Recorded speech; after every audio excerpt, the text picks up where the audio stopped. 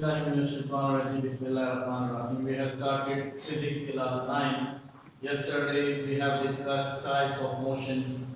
So today our topic is scalar and vector quantities. So what is scalar and vector quantities? Before scalar and vector quantities we are discussing about physical quantities. So what are physical quantities? Simply those quantities which can be measured are called physical quantities.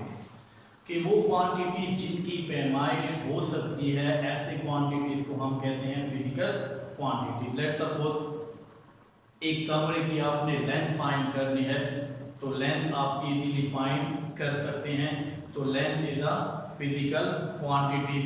इसी तरह कोई चीज़ आपने खरीदनी है, उसका wait, मास, time, ये ऐसी चीज़ें हैं जिनकी पैमाइश हो सकती है। तो वो क्वांटिटी जिनकी पैमाइश हो सकती है, ऐसी क्वांटिटीज को हम कहते हैं physical quantities. And physical quantities have further divided into two categories, number 1 scalars and number 2 is vector. So what is scalar quantities and what is vector quantities? So scalar quantities, what is scalar quantities? Scalar quantities, those quantities which are completely specified, described from its magnitude only are called scalar quantities. वो quantities जिनको मुकम्मल तौर पर समझने के लिए या जिसको मुकम्मल तौर पर किसी एक मैग्नीट्यूड से सिर्फ जाहिर किया जाए, डिस्क्राइब किया जाए, स्पेसिफाइड किया जाए, ऐसे क्वांटिटीज को हम स्केलर क्वांटिटी कहते हैं। यहाँ पे लफ्ज कंप्लीटली पे स्ट्रेस है कि वो क्वांटिटीज जिनको मुकम्मल तौर पर समझने के लिए, समझाने के लिए, स्पेसिफाई करने के लिए, डिस्क्राइब करने के लिए सिर्फ मैग्नीट्यूड दरकार होती है, ऐसी क्वांटिटीज को हम कहते हैं स्केलर क्वांटिटीज। अब व्हाट इज मैग्नीट्यूड?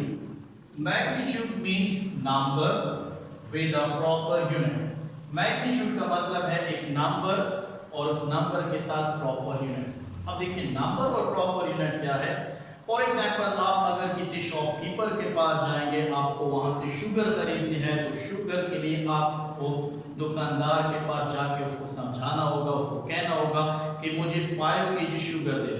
अब आपने दो चीजें बताएं, 5 एंड kg। अब शुगर आप kg के हिसाब से लेते हैं, मास है, ठीक है। 5 is a number, kg is units, so both are combined, so that's form a magnitude।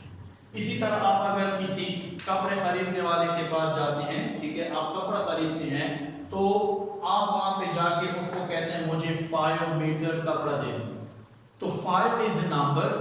अब कपड़ा लेंथ के लिहाज से आपको देगा, तो इसीलिए उसकी जो सुटेबल या प्रॉपर यूनिट होगी वो होगा मीटर। सो ऐसी क्वांटिटी जो सिर्फ एक नंबर और यूनिट से प्रॉपर डिस्क्राइब हो जाएं, स्पेसिफाइड हो जाएं, इनको हम कहते हैं scalar quantity. For example 4 kg sugar, 4 is a number and kg is proper unit, तो 4 kg 5 मीटर। अब ये ऐसी क्वांटिटी जो सिर्फ एक मैग्नीट्यूड से स्पेसिफाइड हो, that is called scalar quantities. Now scalar quantities या scalars can be added and subtracted, multiply by ordinary mathematical rule. What is ordinary mathematical rule? आम तरीके से अगर आप किसी 3 स्टूडेंट्स को कहते हैं कि वो डिफरेंट शॉप से या किसी एक शॉप से डिफरेंट क्वांटिटीज में शुगर लाइन, फॉर एग्जांपल ये स्टूडेंट भी है, आप उसको भेजते हो, वो आपके पास 2 kg शुगर लेकर आता है। एक स्टूडेंट बी है, वो आपके पास 4 kg शुगर लाता है। एक सी है, वो आपके पास 6 kg शुगर लाता है। अब ये डिफरेंट सोर्सेज से डिफरेंट 3 स्टूडेंट्स आपके पास शुगर लेकर आए हैं, तो इस आपके पास जो समेशन आएगा, टोटल शुगर आएगी, वो क्या होगा? अब आपने इसको ऐड करना है, क्योंकि जब आपको सम चाहिए तो आपको 2 या 3 क्वांटिटीज को ऐड करना पड़ेगा।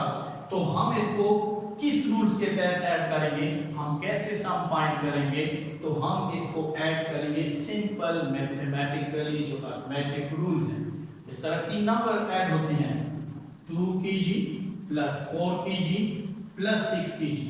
सो ऐड करें 2 प्लस 4 6, 6 प्लस 6 12, तो ये हो जाएगा 12 kg। तो आपने देखा कि हमने 3 डिफरेंट स्केलर क्वांटिटीज को हमने सिंपल अरिथमेटिक रूल्स के या सिंपल मैथमेटिकल रूल्स के जरिए ऐड कर दिया। इस तरह सिंपल मैथमेटिकल रूल्स से सब्ट्रैक्ट भी कर सकते हैं, मल्टीप्लाई भी कर सकते हैं। Example length, example is length 5 metre not. अब 5 is a number and length की जो प्रॉपर यूनिट है वो मीटर। सो अगर आप किसी शॉप पे जाके आपको रॉड खरीदनी है तो 5 मीटर रॉड, तो बात कंप्लीट हो जाएगी किससे? एक नंबर ऑफ यूनिट से। आप जाते हो 7 kg शुगर, मास क्या है? Scalar quantity. क्योंकि जब आपको किसी शॉपकीपर के पास जाएंगे, जैसे आप मास खरीदेंगे या राइस खरीदेंगे, तो आप उसको कहेंगे 7 kg। अगर यहाँ पे एक चीज भी, यानी या मैं मैग्नीट्यूड अगर नंबर या मैं यूनिट को क्या कर दूं, स्केल कर दूं, तो बात कंप्लीट नहीं है। अगर मैं यहाँ पे 7 स्केल कर देता हूं तो क्या होता है? 7 क्या है मेरे पास? 7 मेरे पास नंबर है। अगर मैं नंबर स्केल कर देता हूं, ठीक है, तो बात कंप्लीट नहीं। और यूनिट, तो ये दोनों में से कोई भी स्केल कर दूं तो बात कंप्लीट नहीं होगी। लेकिन दोनों मिल जाएं तो एक स्केलर क्वांटिटी को कंप्लीटली स्पेसिफाइड कर रहे हैं। स्पीड 60 मीटर पर सेकंड, यानी गाड़ी है, साइकिल है, जो भी आप है, वो 1 सेकंड में कितना डिस्टेंस तय कर रही है? 60 मीटर। बात कंप्लीटली स्पेसिफाइड हो गया।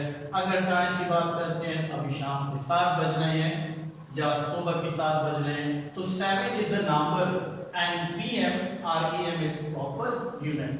तो ये था स्केलर के those quantities which are completely specified by a magnitude, and magnitude means a number with the proper unit, that is called scalar quantities। Scalar quantities की और भी एग्जांपल हो सकती हैं, एंड स्केलर क्वांटिटीज को आम सिंपल मैथ के rules के मुताबिक ऐड, सब्ट्रैक्ट, मल्टीप्लाई कर सकते हैं। Now vector quantities, those physical quantities which are completely specified from its magnitude. What is magnitude? We have discussed only number with the proper unit as well as direction. So some quantities have required direction. So if you don't show or if you don't give this directions, so that quantities not completely specified. For example, अगर एक students को या मुझे कोई कहे कि मैं 20 steps लूं, 20 कदम लूं, so I am still confused। मैं 20 कदम कहाँ पे लूंगा? बात कंप्लीट नहीं होगी। 20 स्टेप्स अगर मुझे कोई कहे कि 20 स्टेप्स आप लें, तो 20 इज अ नंबर, स्टेप्स हैं, ठीक है, कदम है, तो नंबर भी है, यूनिट भी है, लेकिन बात कंप्लीट नहीं है। अब मैं स्टिल कंफ्यूज हूं क्योंकि मेरे पास डिफरेंट डायरेक्शन है। क्या मैं 20 स्टेप्स टुवर्ड्स नॉर्थ ले लूं? क्या मैं 20 स्टेप टुवर्ड्स साउथ ले लूं? मैं ईस्ट में लूं या वेस्ट में जाके 20 स्टेप्स लूं? तो बात कंप्लीट नहीं है। बात तब कंप्लीट होगी कि जब मुझे डायरेक्शन दी जाए कि 20 steps towards east, west, north, south. So if you ignore the direction, so आपकी बात कंप्लीट नहीं होगी। तो ऐसी क्वांटिटीज जिनको समझने के लिए मैग्नीट्यूड और डायरेक्शन दोनों की जरूरत होती है, या वो क्वांटिटीज जो मैग्नीट्यूड और डायरेक्शन से कंप्लीटली स्पेसिफाइड हो, ऐसी क्वांटिटीज को हम कहते हैं वेक्टर क्वांटिटीज। अब the addition, subtraction and multiplication है फ्रॉम ऑन अलजेब्रा। सो क्योंकि यहाँ पे डायरेक्शन इन्वॉल्व है, ठीक है, तो ड्यू टू डायरेक्शन इनका एडिशन, इनका सब्ट्रैक्शन, इनका मल्टीप्लिकेशन वो आम मैथ रूल के मुताबिक नहीं कर सकते। लेट्स सपोज मैं एक छोटी सी एग्जांपल देता हूँ कि अगर मैं कहता हूँ कि एक बच्चा है वो साइकिल पे एक साइड से ए मकाम से बी मकाम पर पहुंचता है, वो इधर क्या लेता है 5 मीटर डिस्टेंस तय करता है, फिर बी मकाम से सी मकाम तक आता है, पॉइंट तक आता है 6 मीटर। तो अब इसने टोटल कितना कितना डिस्टेंस क्या किया, इसने कवर किया। ये फॉर एग्जांपल ए से बी ईस्ट की तरफ गया है, ईस्ट से नॉर्थ की तरफ गया है। अब इसने टोटल कितना डायरेक्शन कितना फासला तय किया और डायरेक्शन क्या है। तो हम ये सिंपल नहीं कर सकते कि 4 + 6, नो, इसको हम अलग तरीके से ऐड करेंगे, इसकी डायरेक्शन शो करेंगे। सो इसको ऐड करना, subtract and multiply simple arithmetic rules के तहत नहीं कर सकते, इसके अपने स्पेसिफिक मेथड है जो आगे हम डिस्कस करेंगे डिटेल के साथ। अब कुछ एग्जांपल्स हैं, ठीक है जी। एग्जांपल क्या है, फॉर एग्जांपल फर्स्ट एग्जांपल है डिस्प्लेसमेंट।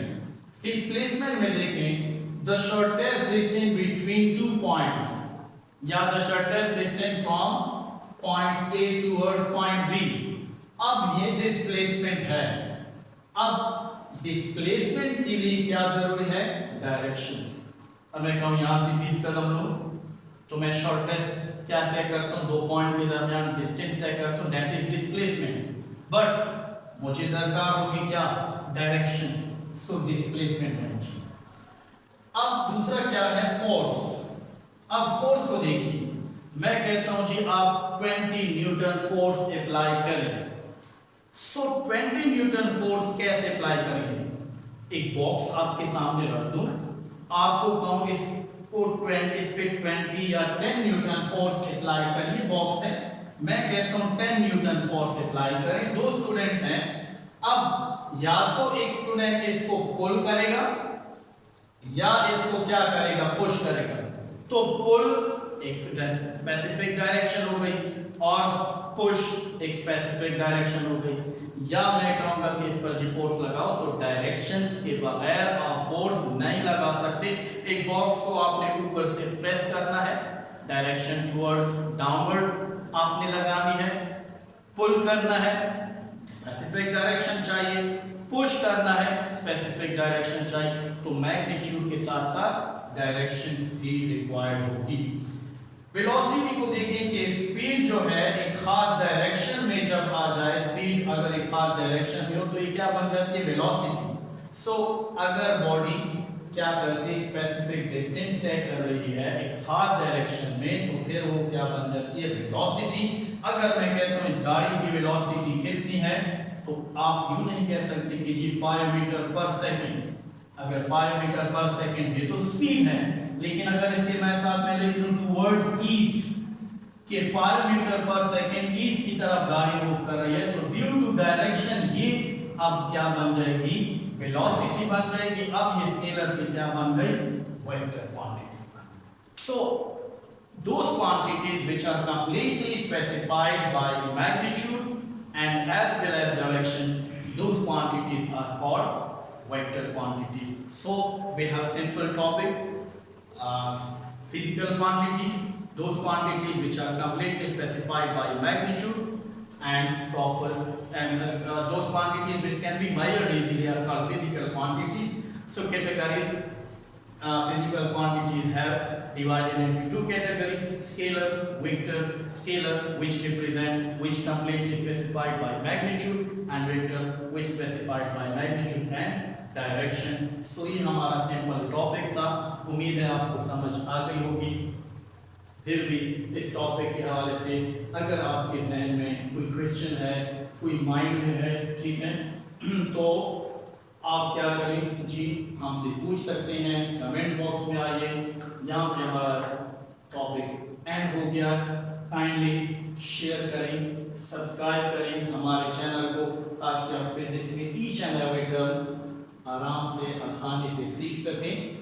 तो सब्सक्राइब करें सबसे पहले, ये वीडियो आप तक पहुंचे और आप फिजिक्स को आसानी से सीख सकें। तब तक अपना ख्याल रखिए।